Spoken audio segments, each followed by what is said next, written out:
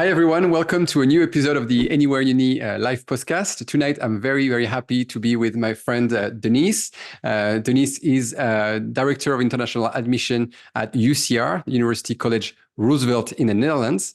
And we're going to talk tonight about everything about the Netherlands and what university colleges are and about UCR, so University College Roosevelt more specifically. Hi, Denise. How are you doing? Hi, Alban. Yeah, I'm great. Thanks so much for having me.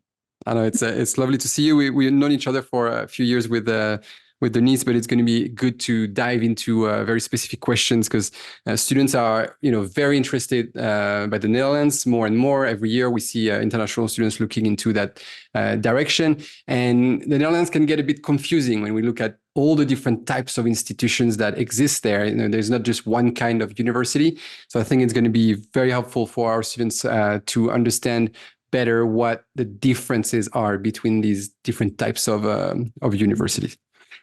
All right. So my first question will be: why is the Netherlands so popular? Why is it a special place to study as an international student? Hmm. Yeah, I mean, it's a great question, and it's one we get asked all the time, and it's Sure. one that we actually ask all of our international students when they come, like, why did you decide country? And I think there's a lot of different reasons, but I do think that they can be grouped together in many ways. So a lot of students will come for the educational quality that the Netherlands has to offer. I'm sure we'll talk a little bit more in depth of what that means and how it's different and tailored towards a student's interest. But I think, if you're going to study abroad and if you're going to spend so much money and so much time and take this big step, that you want to make sure that you're doing it for the right reasons and that you're coming out with something that's recognized throughout the world. I think the Dutch universities tend to do very well there. Not only are we all held to the same government standards, and therefore is the education you're going to get, accredited by the government. It has a stamp of approval. It's also the same across the country. Doesn't matter what institution you attend, it's going to be held to that same standard. Yeah, I think that's a very big thing that I always warn my students. There's some countries like the Netherlands or Canada where most of the universities, if not all of them, are vetted by the government. So the quality is very similar. And even if one might be a bit more higher in the rankings or the name might be known a bit more really in terms of the quality of education, and if you apply for a master's afterwards, it's like other universities and everyone will know that universities in the Netherlands are all pretty solid. Mm-hmm. Yeah, and even if you were to look at the rankings, I mean, the Dutch universities tend to rank Pretty so well, yeah. strongly. Oh, very well. Yes, definitely. I mean, we're not going to talk specific rankings here, but overall, top 2% for sure, and all very similar levels. So yeah, indeed, I think a lot of students choose for that sort of option as a peace of mind almost, to know that once you do a degree in the Netherlands, it's very portable, it's recognized, people know what you've done. And something that's very unique and that I think is a massive thing, of course, in attracting international students is that a few years ago, universities in the Netherlands started to offer more and more English-speaking programs. Mhm. So that's not the case in some countries, like in France. 99% of the programs are in French. Mhm. Yeah, I mean, if you look at all the universities in the entire country, there's over 400 programs at the undergraduate level alone Yeah, that are that's not entirely in English. So there's a lot to choose from, and you'll also see that because of that, we have a lot of international students in our classrooms. Usually, you're looking at anywhere between 30 and 80% international students in any of the programs. So it's also there. It's a safe transition into a space where the country is familiar with international students, the universities are familiar with international students, and they're not going to be the only ones in our programs. yeah, For sure. yeah. And I mean, when you look at since Brexit, really, the Netherlands might be the country in the European Union with the most English-speaking program at the undergraduate level, probably more than Ireland. Yeah, at this moment we're pretty close. I'm not sure whether Ireland has more or fewer, but definitely there's something for everyone there. Yeah, that's great. All right. So one thing to clarify at the start is that sometimes students look at universities and they will see the word university in the name, but sometimes it's a University of Applied Sciences and sometimes it just says university. What's the difference between a University of Applied Mhm. Sciences and a regular university? That's a good question, and it's a very important one. Ultimately, what is the same is that you're going to get a bachelor's education and you're going to come out with a Bachelor of Arts, a Bachelor of Science, or a Bachelor of Law at the end of it. That's recognized around the world. So that's the same. But they're really very different approaches to education. In the Netherlands, we very much believe that, first of all, everyone should have access to education. And second of all, that education should be tailored towards what a student is interested in, but also towards their capacities and the way they learn. So that's where the difference really comes in with the universities of applied sciences and the research universities. So I think the research universities are a little bit easier to explain because they are probably what most students would think of when they think of university. They're these academic institutions of higher learning. They focus on critical thinking skills. They focus on theoretical learning. They focus on students being able to ask the right questions, doing their own independent research. They focus on book learning. So therefore, the student who really wants to know why the world works the way it works, ultimately, yes, to maybe improve on certain processes, but really understand the why behind things. Whereas the universities of applied sciences, we call them professional higher education. They're still to some degree looking at theory, but they're much more focused on preparing students for a specific job or a specific career field, if you want. So they focus more on applied learning, on the how. So for students who can't really wait to start applying the knowledge they get in their classes to real world cases, a University of Applied Science approach is usually the better fit. So it's really for students, when they start looking at the Netherlands, to think about, how do I learn? Am I the kind of student who likes to learn through doing group projects, having a bit more structure in my classes? Do I want to know how to do something? Or am I a bit more of an independent learner who likes to go beyond the core of the curriculum, who likes to know why? And that's going to ultimately help decide whether a University of Applied Science or a research institution is a better fit for that particular student. Now, I will say that for most students, actually, what they want to study is going to determine which type of institution they are going to be attending, because certain courses are only on offer at one or the other. Yeah. If you're looking at anything like hospitality, for instance, it's a career, right? So it's an applied science. Same for the arts. All of that is applied sciences. Whereas if you're looking at something like psychology or medicine or archaeology, that's very much a research university approach. So yeah, outside of maybe some like business engineering type programs where you could find version of both in both sides. Otherwise, pretty much what they want to study should help them, guide them where. But it's still good to be aware of that, because imagine you wanted to study tourism, but you're actually a more theoretical learner, then you need to question whether the Netherlands is even a good idea for you. Yeah. Okay. And so in the University of Applied Sciences, they have more internships. So usually their undergraduate degrees last more than like 4 years.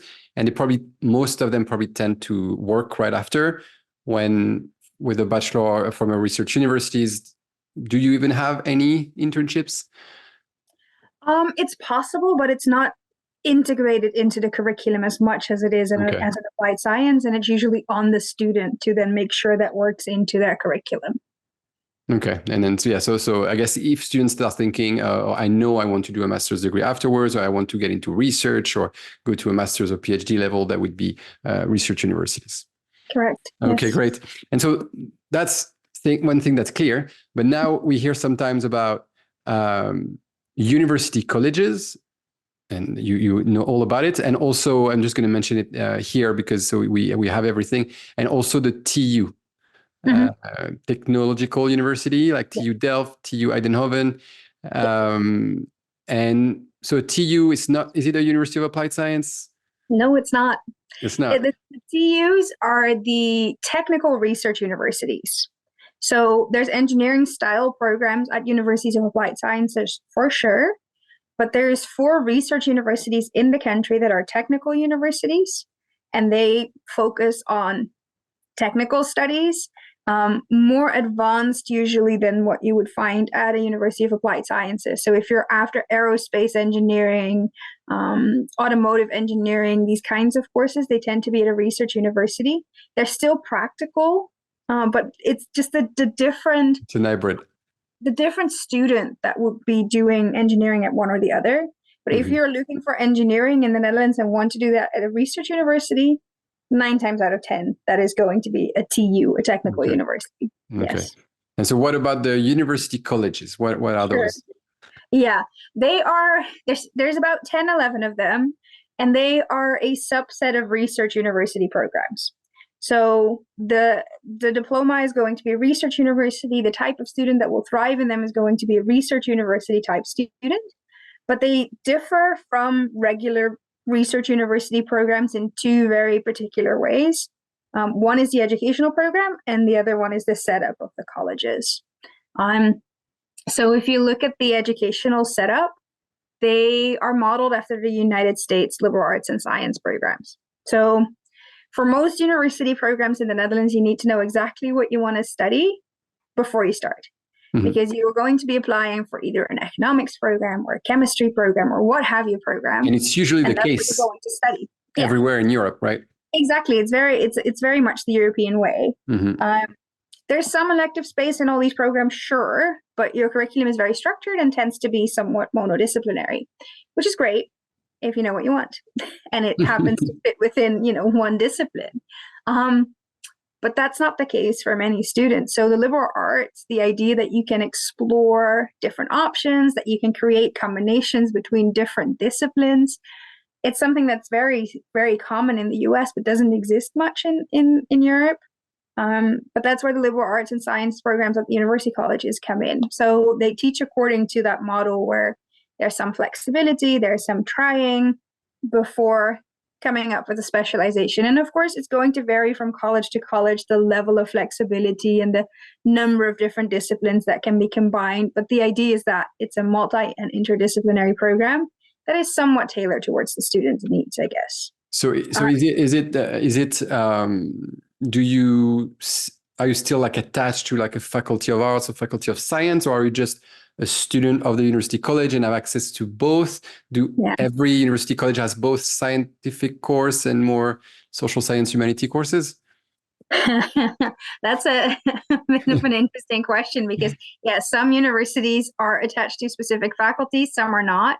But the way you should see it is you're a university college student first, even though the sort of mother institution or the main university that we are part of is ultimately the degree granting institution. You're studying at the college alone.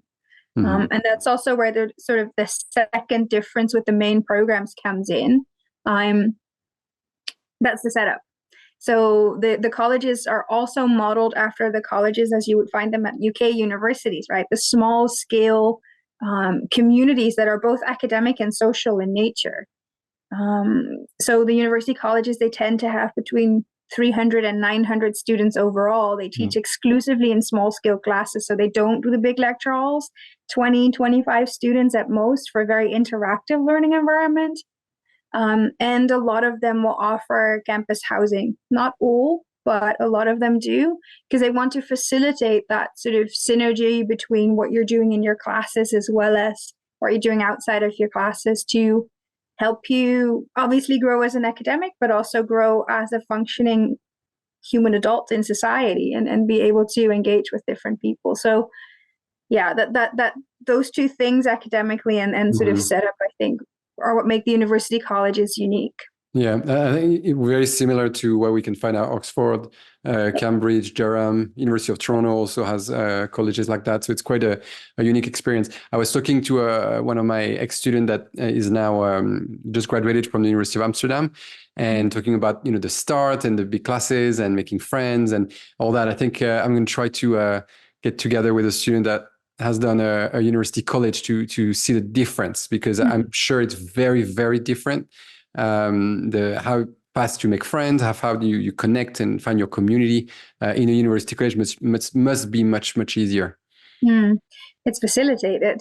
So for students who want that to be a bit more facilitated, then a university college could be a very good step to still be able to study abroad, take that next step, but not be overwhelmed by thousands of others. And so you were very clear on the fact that you're part of a university college, and really that's going to be your experience. That's where you live and you eat and you study and you everything. But at the same time, the degree comes from a mother institution. So what are the advantages of that? Can students go to their libraries? Do they take electives there? Are they? What's the link? Yeah, I mean, for all intents and purposes, they're students of the main university, which means that they can indeed use the facilities of the main institution. That means that they can make sort of the actual facilities in terms of libraries and things like that, but also things like online library facilities if they don't happen to be in the same city, which is the case for UCR. Things like exchange agreements, all of that they can make use of because they're in essence a student of that particular university. And so how would a student choose between, you said there's about 10 university colleges in the Netherlands. So you can using the example of UCR, University College Roosevelt, where you work. How do they start? Students are like, okay, very cool, love the idea of a college in smaller classes, love the idea of being able to explore kind of liberal arts style of teaching. Now I have these 10 institutions. Where do I start and how do I compare them? Yeah, I think you're going to actually be hard pressed to find, say, more than 3 that really fit one single individual, because they are really quite different in how they approach this. Yes, they all have a liberal arts philosophy. Yes, they all have a community component, but how that is given shape is very different. There's actually a great website. It's universitycollege.nl, and that's a compare and contrast between the different university colleges. So that's a good place to start. But what is it you're going to be looking at? Well, the program. Not every university college has the full range of different options. Some of them have a very thematic focus, so they focus on global challenges, for instance. And if you're not interested in pursuing a particular global challenge, then that program is not going to be for you. Whereas University College Roosevelt, for instance, is a very traditional liberal arts and science college. So we work from the disciplines up, meaning that you have to have some understanding as to what kind of disciplines you're interested in. And if you don't, then actually a college where you're forced to take different disciplines, all the different disciplines that they offer in the first year, might be a better fit. So it's really looking at that. Some colleges will focus more on STEM fields. Some colleges will focus more on social sciences. So that's already going to eliminate probably half of all the colleges for a student. The kind of courses that are on offer, the kind of disciplines that can be studied, that's going to be the first one. So you will find, because when students think about liberal arts, sometimes they always think about just social sciences and humanities. So you would find computer science class, maybe some more tech, AI, engineering type classes in university colleges. Yeah, I mean, general science tends to be on offer at most university colleges. So biology-based sciences and math and physics, etc. Technology-specific courses, engineering-specific courses, there's only 2 university colleges that do that. Okay. University College Roosevelt being one of them. So yes, there's definitely options for students who want science and tech type courses. But indeed, that is one of the things that students should research if they're interested in the university colleges, which ones do and which ones don't. Yeah. And so do you end up graduating with a BSc, a BA, or it depends on like the major you take? It depends. So you can depending on the major you choose. Yeah, it's either a BA or a BSc. We don't do Bachelor of Engineering. We don't do Bachelor of Law because we don't specialize enough to be able to offer that. But in some cases, it's going to be a BA in Liberal Arts and Sciences. In some cases, it's going to be a BA or a BSc in health-related subjects. It depends on the college, what that ultimately looks like. And do students within 3 years kind of have to slowly aim towards a specific major or double major or major and minor, or it doesn't work like that? Yeah. how that specifically works is very different from one college to the next. Okay. So that is also something that students should look at, sort of how the education works throughout the 3 years. I can only speak for UCR and how that works. So in our case, we have 4 departments: an arts and humanities department with a very broad scope of different humanities courses, a science department with biology-based sciences as well as other natural sciences like computer science, as you just mentioned, an engineering department, and a social science department. And in the first year, they have free access to all courses across all those 4 departments. They can try what they like, of course, within bounds, because there's only so many hours in the day, but they can really explore. At the end of the first year, in our case, they pick their major, which in our specific case is going to be one of the 4 departments. So either they major in the humanities or they major in engineering, or one of the others. That then means that by the time they graduate, about half of the courses need to be in that department. It's always going to be at least 2 different disciplines within that department. So a social science major could be a combination of psychology and sociology, could be economics and law. So it's not quite a double major, it's one major, it's one social science major, but it's a combination of different disciplines.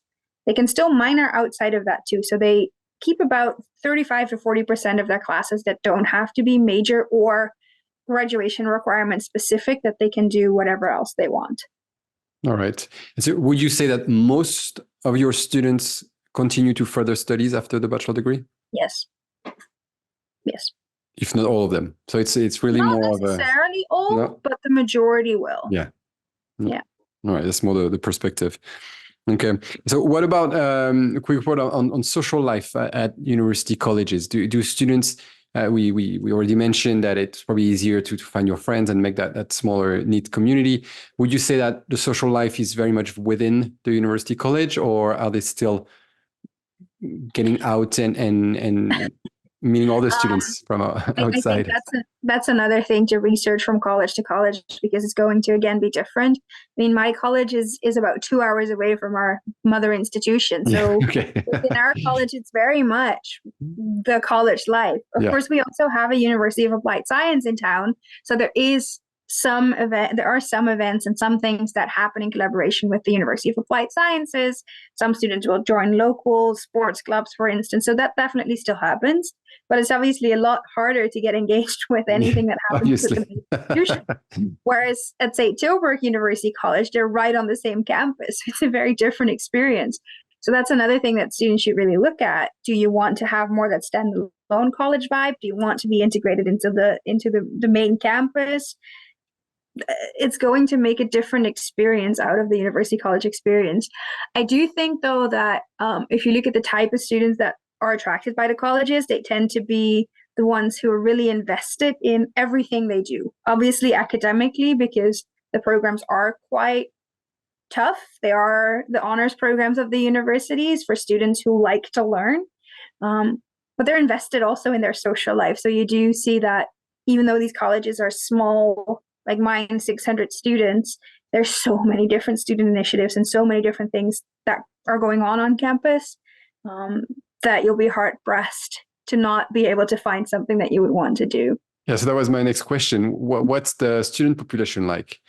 Where are they coming from? So for us, and this is based on passport, and then we're going to go by least exotic passport first, because many of them have 2-3 different passports.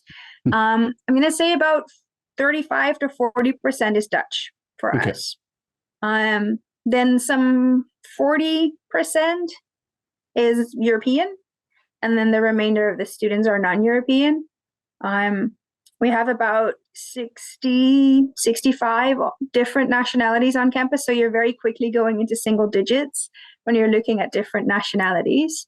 But the top 5, I think, well, obviously Dutch, but from abroad would be German, French, American, Indian, and then it tends to be either British or Italian or something else European.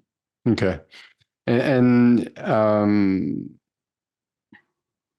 what I wanted to ask, with these international students, I just lost lost my question. So how do you welcome and support the transition of all these international students? We actually don't do it differently for Dutch and international. We view all of them the same. They're all starting a new chapter of their life. They're all coming to live on campus. So obviously there are certain parts of our programming that are specific to international students simply because we have to. But in essence, it's the same program for everyone. We're creating a class and we want all of them to get to know one another. We start obviously after students have been admitted to the program with pre-departure meetings, just to allow students to get to know one another, but also to answer any questions that they might have about getting to our location, what they might encounter in the first couple of weeks, what they should bring, what they shouldn't bring, these kinds of things. And then we have an orientation program once students come to campus, which is helping students set up their bank accounts, getting their first bikes, making sure they're registered with the municipality, as well as have all their university stuff sorted, but also again different social activities for them to get to know one another, for them to get to know the older students, make sure that they know their way around the library, these kinds of things. And then throughout their time at UCR, there is such a wide variety of different workshops that students can attend if they want, to help them grow and to help them connect.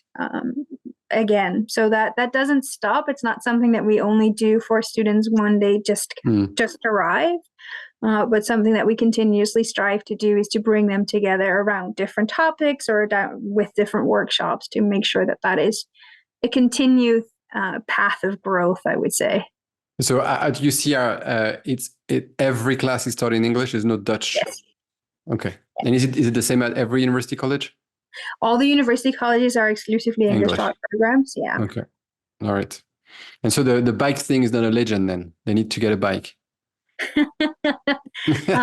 Yes. Yeah, I think it's every student will get at least one bike during their time at university, maybe 2 or 3, because despite the fact that we have about 2.5 bikes on average per person in the country, they do get stolen quite a bit. It's our biggest crime statistic, I guess. So, but yes, and it's really funny. We have on our campus, we have this street of houses where students live. And in that orientation week, I can just continuously see international students try riding their bikes in that street because it's safe. There's no cars, So yeah, you probably have some that have never rode a bike since they were kids. Exactly. So that's always a fun experience for international students to try. And then, by the time they move out, they know how to be on a bike like a Dutch person and be able to move house on a bike or get their new TV on the bike. It's all good. And so how does it work with accommodations at UCR? Because I'm sure it's very different from university college to university college. Is it a guaranteed housing for everyone, whether you're Dutch or international? Is it guaranteed for 3 years? How does it work? Yeah. So that's going back to an earlier question. That's another thing where the colleges vary a lot. Some will have no housing. Some will only have it for 1 year. Some will have it for the full duration of the program. And then even what it looks like is going to be very different. For UCR specifically, we are one of the few colleges that guarantees housing for absolutely everyone and for the entire duration of the program. So it's not a worry for students at all. Which is rare in the Netherlands because the housing, the accommodation is a big thing, a big hot topic. It is a hot topic. Students need to be prepared for it, I think. Yeah. As long as they're prepared and don't wait until the very last second, they should still be able to find something. But for UCR specifically, yeah, it's completely guaranteed.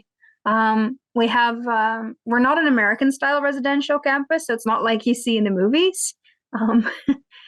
We have our university is in the former town hall of Middleborough, so right in the center of town. And then within a 10-minute walking distance, there's 4 locations where students would live. Either it's in a house, and the houses have either 10 or 16 students, depending on the size of the house, where students would have their private room, but they share the kitchen and bathroom facilities with the other students living in that house. That's about 25% of our housing. The other locations are all studio apartments. So students have a single unit with a small kitchen, a small bathroom, all to themselves, but they live in sort of the campus housing with other students, and still there's common rooms and what have you. So it's I think it's a good mix of at least having the guaranteed housing, having the campus location where you're just with students, but at the same time being very integrated into the local community as well, and not being such a bubble. Yeah. Yeah, so if you're stressed about finding housing in the Netherlands, you know where to go.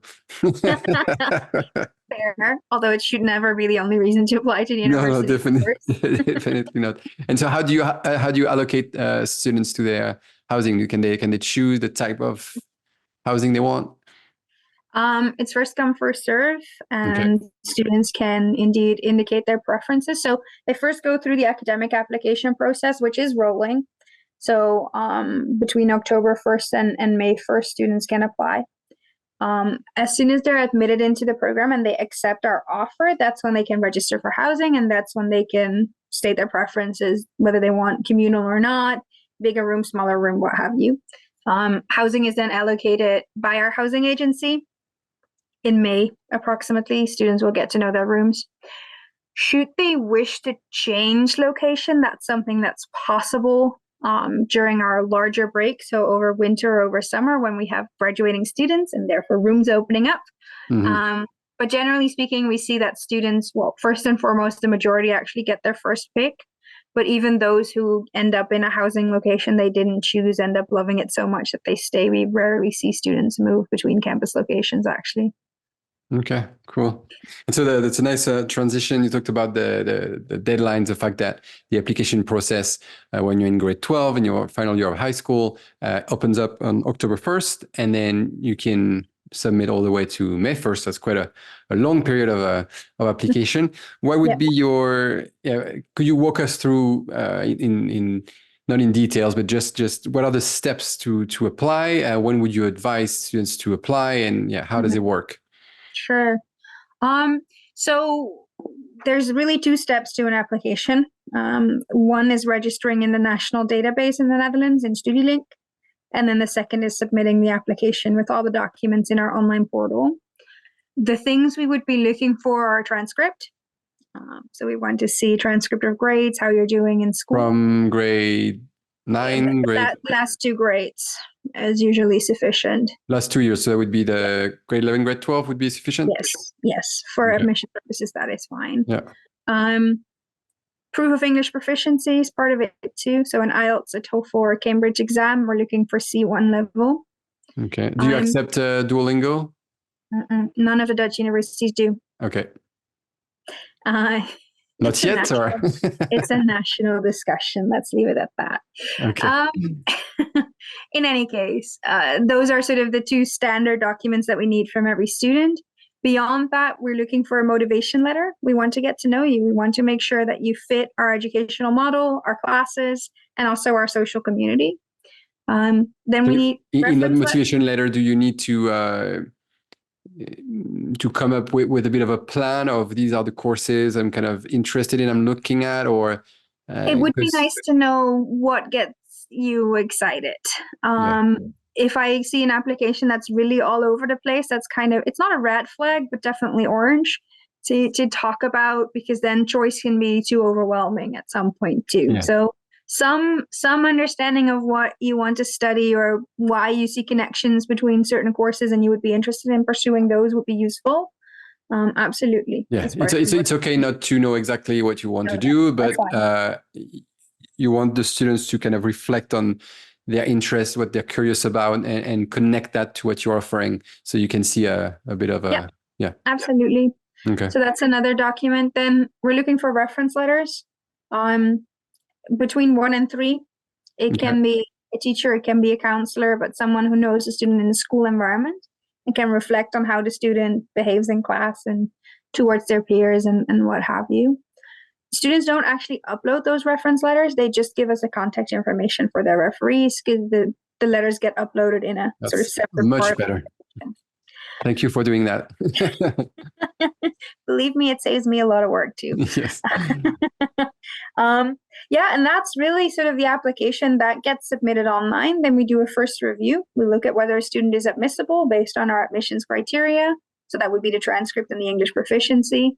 And then we do a thorough read of the application file to see whether a student sort of fits all the boxes of UCR. If they do, they get invited for an online interview with a member of the admissions team, which can be a faculty member or someone on the admissions side, to have a conversation about some of these things, about living on campus, of international experience, maybe research experience or research interests, the social aspect of living on in sort of a campus community, these kinds of things. And then if we feel like it's a good match, a student will be given an offer. That's kind of how it works. That process usually takes between 6 to 8 weeks, from getting the full file to going through the review, the interview, and then the decision. So you asked me, when should a student apply? Normally we give only 2 weeks to respond to an offer. So I would obviously say, if you know for sure that you want to attend, apply early. Then you have it sorted and you can just deal, with your final exams and everything else. That's great about your last year in high school. But if you're applying to multiple countries, multiple universities, then you want to just make sure that the timing is right. So if you're expecting most of your offers from other countries to come in say March or April, then you not want to be applying to UCR in January, February, to make sure that our decision comes out at a similar time frame. Because is there a deposit within the 2 weeks period? Well, beyond the 2 weeks, yes. So there's a small deposit of about 300 euros that students pay to confirm their space, and that's when we guarantee the space going forward. Okay. Yes. And so if we dive a bit further into the process for grade 10 students that are about to embark into a 2 years IBDP journey or A-levels journey or French bac journey, what do they have to be careful about in terms of choosing their high levels or choosing their specialties in the French bac?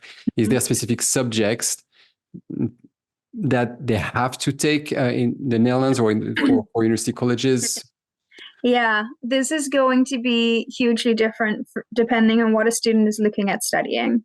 So for University College Roosevelt, it doesn't matter what they choose. Could you not study any math in the last 2 years of high school? Unless they want to study engineering. In principle, that's possible. Okay. It, begs the question as to how competitive an application is without any math, especially if they're looking at something like economics. But in principle, it's possible. Now, for students who are looking at the Netherlands as a whole and not specifically at the university colleges, there is something that you need to take into consideration. Anything that's engineering based is going to require higher level math. Whether that's the math specialization, an A level in math, or IB higher level math, that is something that you want to have a look at. And most engineering type courses will also, aside from higher level math, expect either higher level physics, higher level chemistry, or higher level computer science, depending on the type of engineering. Now that's somewhat, that's somewhat normal across the globe. So that's something that most students will probably be aware of. It becomes a bit more interesting with programs where this is not the norm around the world. Economics and business for sure will be looking at mathematics levels. So that's something students should look at. But in the Netherlands, psychology is another one where math is usually a requirement. It's highly statistics based. It's highly clinical, the kinds of psychology courses we offer here. So if that's what you're after, you would also want to be looking into the math requirements. Okay. And in terms of the grades you need to get in, so there's some programs that are called numerus fixus, where you have a cap, you have a limited number of places, so it's selective. And some programs are non-numerus fixus, some are numerus fixus. University colleges, would you say is it all considered numerus fixus, or is it something different? It's something different. Something different altogether, which makes it really fun. You're right. 85% of the programs in the Netherlands are non-selective. So as long as you meet the entry requirements, you're good to go. You don't have to submit additional documents beyond your transcripts. That's it. Entry requirements meaning the right subjects and the right degree the that right will take subjects you and the in right degree. without specific grades, as long as you pass your degree with the right subjects. Okay.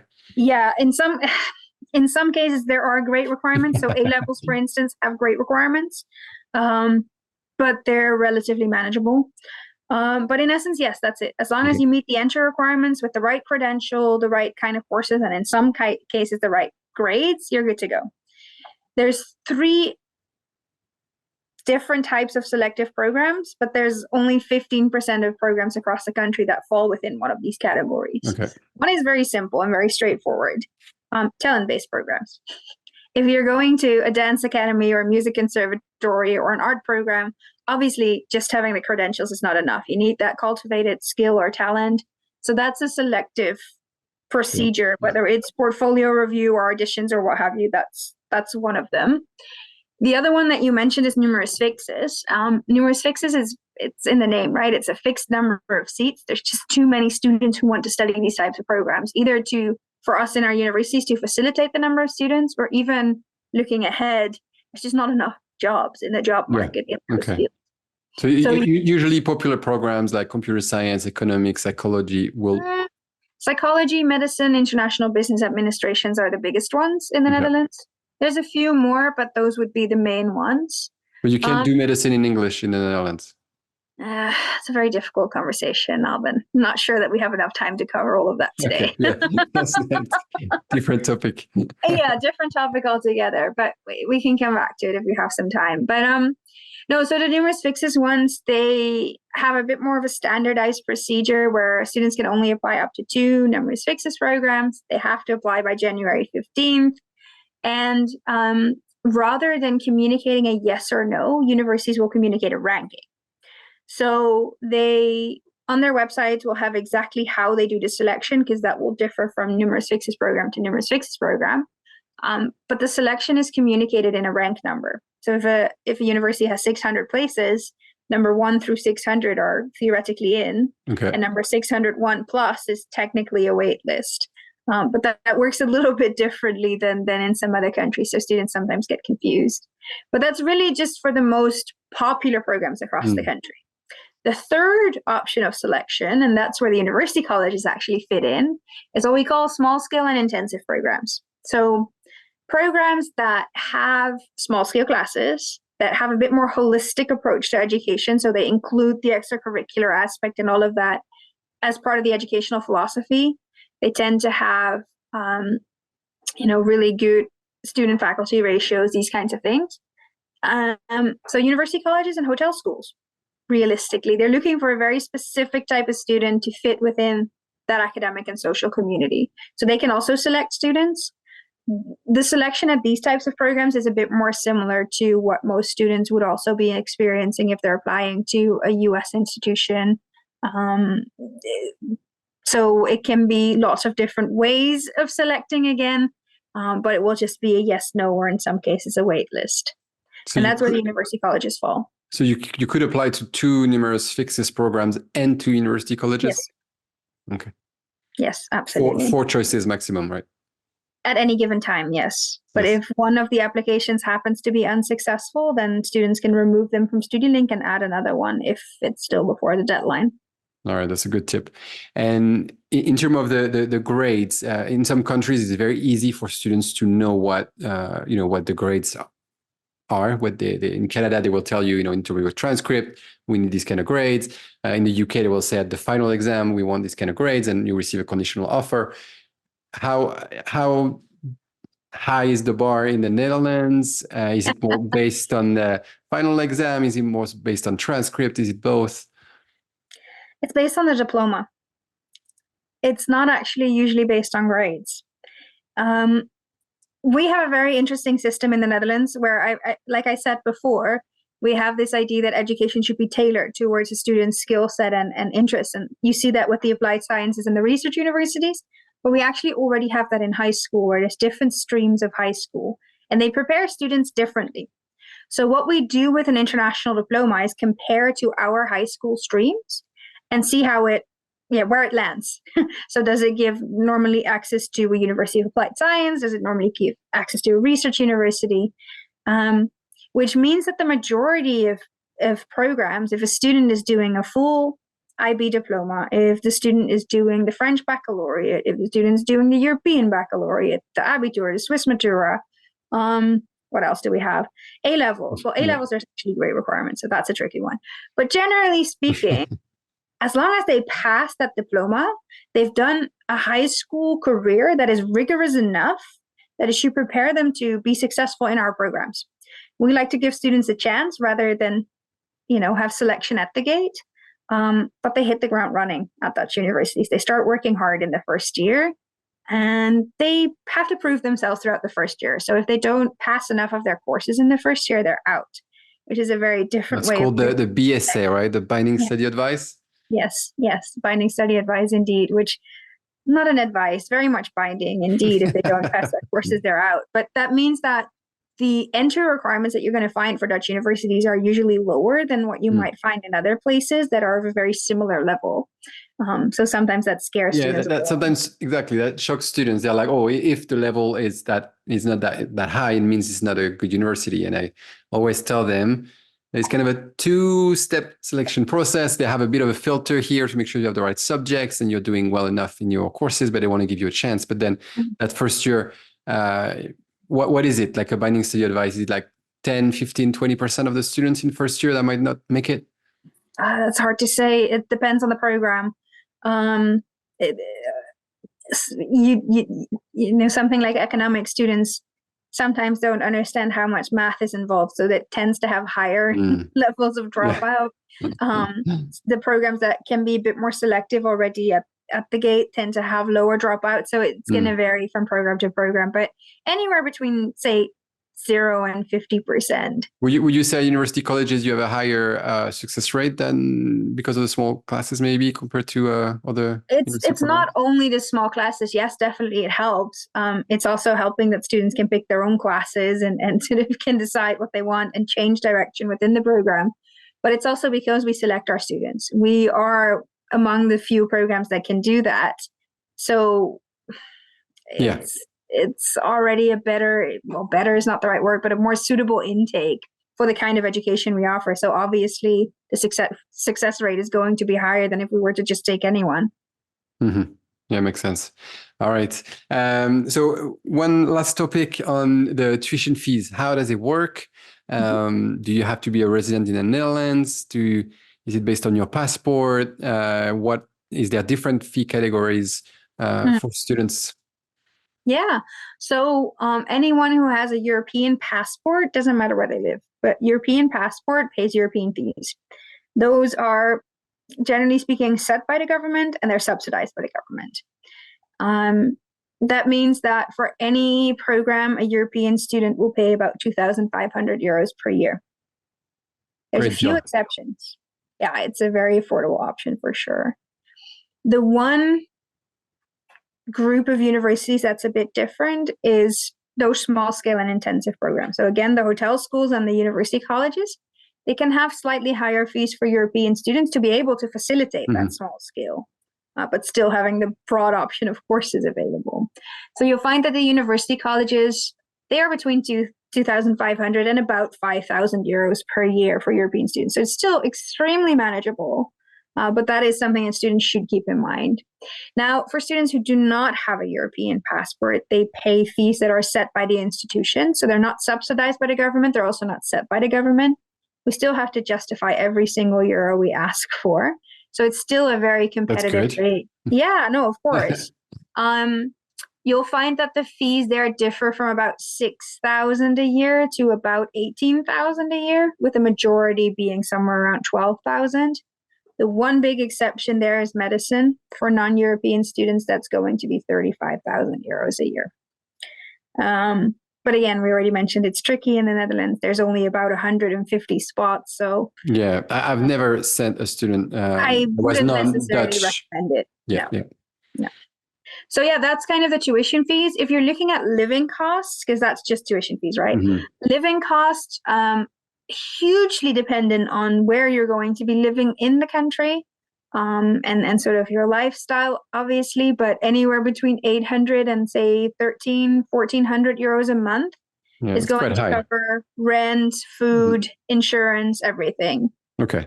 Yeah, 9 months a year? 12 months a year. 12 months a year, because you keep your room over the summer. Yes. Which is a plus, that some could see it as, oh, it's better to just pay 9 months, but then you have to kind of find a place to put your stuff every summer. And figure it out again. Yes. Yeah, so that's Yeah, I think once you have a room, you want to keep it. in terms of scholarship, whether you're an EU student, you're already getting a great deal. So maybe the scholarships are rare there, but are there any scholarships for EU students or non-EU students? Well, there's two things. The government has a tuition fee loan for European students. So anyone who has a European passport who studies at a Dutch institution qualifies for a tuition fee loan. It covers either the 2,500, or if a student decides to go for one of the more expensive programs, that's also covered. But it's a loan, so the final sum will be a little bit higher. You have to pay back. Yes, but the terms are pretty decent as far as student loans come. So it's not the horror stories that you sometimes hear from other parts of the world.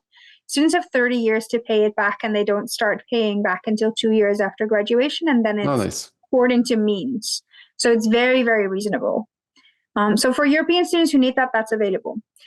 In terms of scholarships, they are very rare in the Netherlands. There's a handful, literally a handful of programs that would have scholarships available. Whether that's for Dutch or European or non-European students then varies from program to program. UCR is one of the few that does have scholarships. Our scholarships are partial. There's never going to be a full ride. We cover up to about a third of the tuition fee for students, and they're primarily need-based scholarships in most cases. For us, definitely, but for most of the programs that would have scholarships available, they're need-based. All right. Okay. So I'm going to get into my final theme and question. What would be your advice to a grade 10, grade 11 student that is really keen on the Netherlands, maybe keen on university colleges? There's some countries where they have to prepare, the SAT, where they have to read a lot in the field they want to study in, or do a lot of extracurricular things. What would be your advice for these students that want to increase their chance of getting in and want to make sure they thrive when they get there? Yeah, I think here's the thing: getting in the Netherlands is not the hardest part. Not that difficult, yeah. You need to focus on your studies enough that you pass your degree. But I think the Netherlands is a country where the work-life balance is taken extremely seriously already in university and high school. So enjoy that. And I think the more important thing actually for a grade 10 student is to think about what kind of institution is going to fit them. Yeah. Think about how they learn and how that would translate to the different types of institutions that we have in the country. And then once you figure that one out, start looking at the different universities of applied sciences or different research universities or different university college, and start looking at what's the location and how is that going to impact all of it, right? Am I going to be able to live on campus? Do I need to find my own housing? If I then want to be in Amsterdam, what does that mean? If I then want to be in Maastricht, what does that mean? Look at the educational culture of an institution, like really finding your right fit program. The Netherlands allows for that, because as long as you do the right courses and the right diploma, you're basically in. So it's really about finding the best program for you so that you can be a happy and successful student, I think. So that's the question that I would ask them. So take the opportunity to do a lot of research and understand the different types of institution and find the right fit for you. That would be the main advice. Okay. Absolutely. And just to confirm, so the offers, when students receive offer, they are unconditional. They just need to get their diploma. There's never a grade that they need to attain. So they're conditional upon meeting the minimum entry requirements. So that can be conditional upon completing the IB diploma program, completing the French bac, or getting 3 A levels with a C or higher. Okay. The condition is that they need to pass. Yeah. Okay. Yeah. That's great. All right. Well, thank you so much, Denise, for your time and your expertise and all the top tips that you shared. I felt like I knew the Dutch universities quite well, and I learned again some more tonight. So thank you very much for that. I'm glad to hear that. Well, thank you so much for having me. All right. Thank you. All right. Bye, everyone. See you on another episode of the podcast. And bye-bye.